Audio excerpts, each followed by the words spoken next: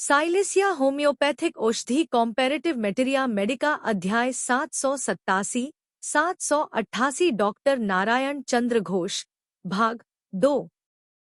हड्डी की बीमारी।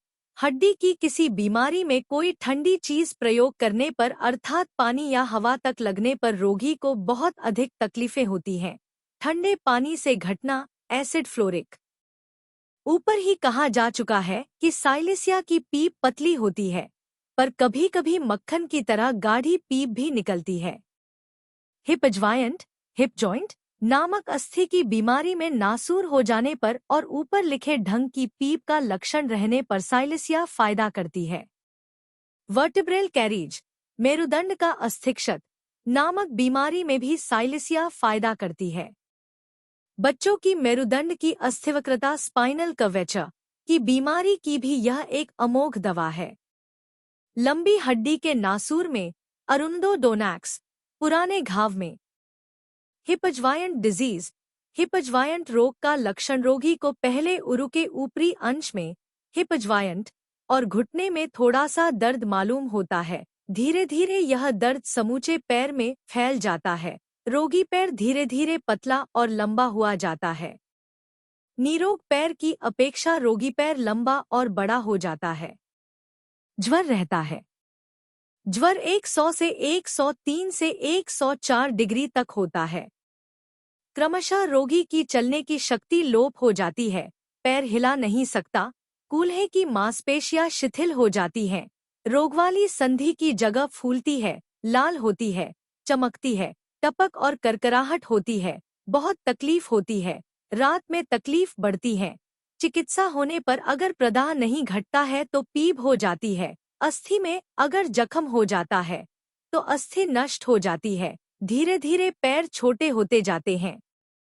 इस समय पीप के कारण हेक्टिक ज्वर होता है। रोगी क्रमशः कमजोर हो जाता है और रोग मारात्मक हो जाता है। हिपजवायंट की प्रधान दवा calcarea carb, calcarea phos, ferrum phos, हिफ्र, एसिड फॉस, साइली फॉस, कैलके हाइपोफांस प्रभृति। बर्दवान जिले के अंतर्गत नवग्राम के रहने वाले श्रीयुक्त रामरंजन करेर के पुत्र, उम्र 6 वर्ष, को एक बार हिपजवायंट की बीमारी हुई। उसमें रोग के उपरोक्त प्रायः सभी लक्षण विद्यमान थे। पहले वहां के कई नामजादे एलोपैथिकों की चिकित्सा हुई, पर कुछ दिनों तक इलाज करने पर जब कोई फायदा न हुआ और बालक का स्वरूप दिनों दिन खराब होता गया, तब उसके पिता उसे कलकत्ते ले आए। इसके बाद एक के बाद दूसरे मेडिकल कॉलेज के कई चिकित्सकों की अधीनता में उसे रखा गया। बहुत धन खर्च करने के बाद और बहुत दिनों तक इलाज कर जब उन लोगों ने यह कह दिया कि अब अम्पुताटायन अर्थात उरुच्छेद करने के सिवा और कोई उपाय नहीं है, तब रोगी के पिता डरकर नश्तर लगवाने के पहले होम्योपैथिक चिकित्सा कराना उचित समझकर उसे मेरे पास ले आए। इस समय उस बालक को रोजाना 103 से 104 डिग्री ज्वर आता था। उरुसंधि में भीषण दर्द और सूजन थी। रोगी पैर अन्य पैर की अपेक्षा प्रायः 1 इंच अधिक लंबा हो रहा था, मुर्दों की तरह।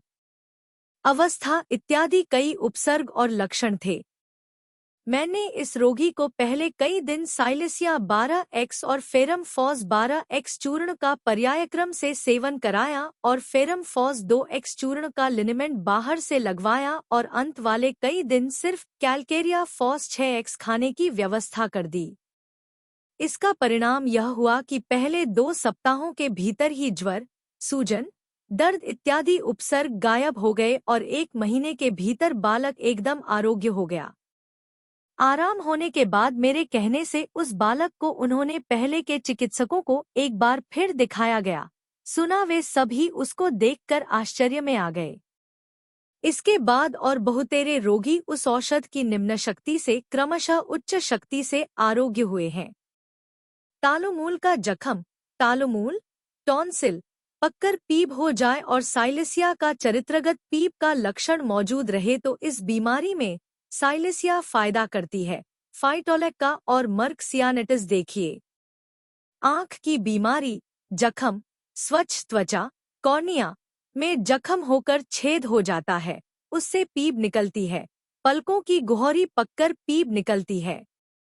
आंख का मोतियाबिंद, रोगी की धातु साइलिसिया की होने पर इसका अधिक दिनों तक व्यवहार करके भी यदि बीमारी आराम न हो तो कम से कम इससे मोतियाबिंद का बढ़ना तो रुक ही जाता है। कोनियम और नेट्रम म्यूर इत्यादि भी इस तरह की बीमारी की उपयोगी दवाएं हैं। वृद्धों का मोतियाबिंद और उसके साथ ही आंख में स्नायविक दर्द रहने पर साइलिसिया फायदा करती है। 30 या 200 शक्ति का कई महीनों तक व्यवहार करना पड़ेगा। कैलकेरिया फ्लोर और कॉस्टिकम देखिए। साइलिसिया के रोगी को दिन के समय तकलीफ होती है। सूर्य की रोशनी बिल्कुल ही सहन नहीं कर सकता। आंख के भीतर भयानक दर्द, छूने नहीं देता। आंख बंद किए रहने पर भयानक तकलीफ होती है। Subscribe please.